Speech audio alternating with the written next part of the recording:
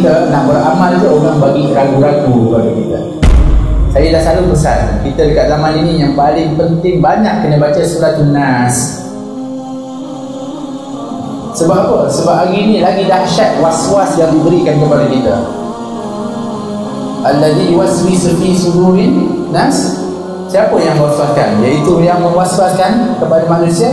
Minal jinnati wan nas. Jin dan manusia, jin syaitan. Tapi manusia pun sebenarnya banyak yang mewaswaskan kepada kita. Zikir diwaswaskan, selawat diwaswaskan, majlis diwaswaskan. Patutnya kita kalau dia bercakap macam tu, Bismillahirrahmanirrahim, Qul a'udzu birabbin nas. Baca katanya, selamatlah kita. Ini kita pun dia ke? Betul ke? Oh,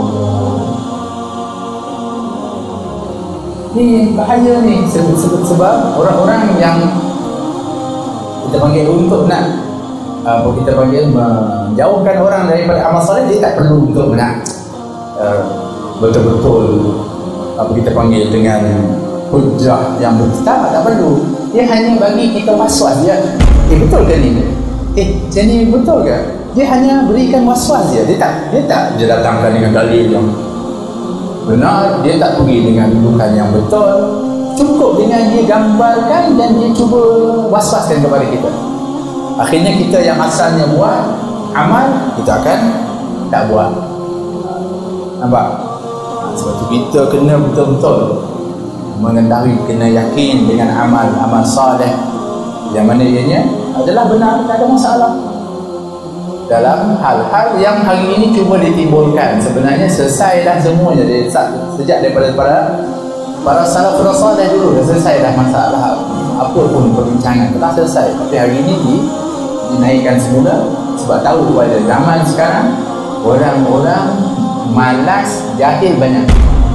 Maka mereka gunakan kejahilan dan kemalasan orang pada hari ini untuk nak memperburukkan dan juga menghalang, mengurangkan ataupun mematikan sama sekali daripada kebaikan-kebaikan dan gerakan-gerakan untuk membawa kepada kebaikan.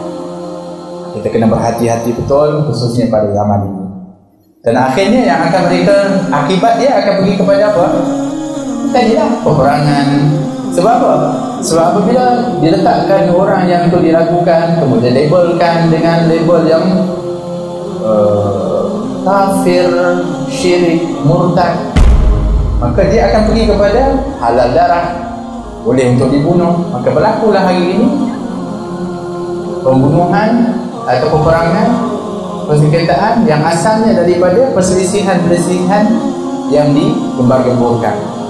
Nampak tak kesan dia tu bahaya? Nampak kecil tapi dia nak bawa kepada arah. Kena berhati-hati betul dengan perkara-perkara seperti ini.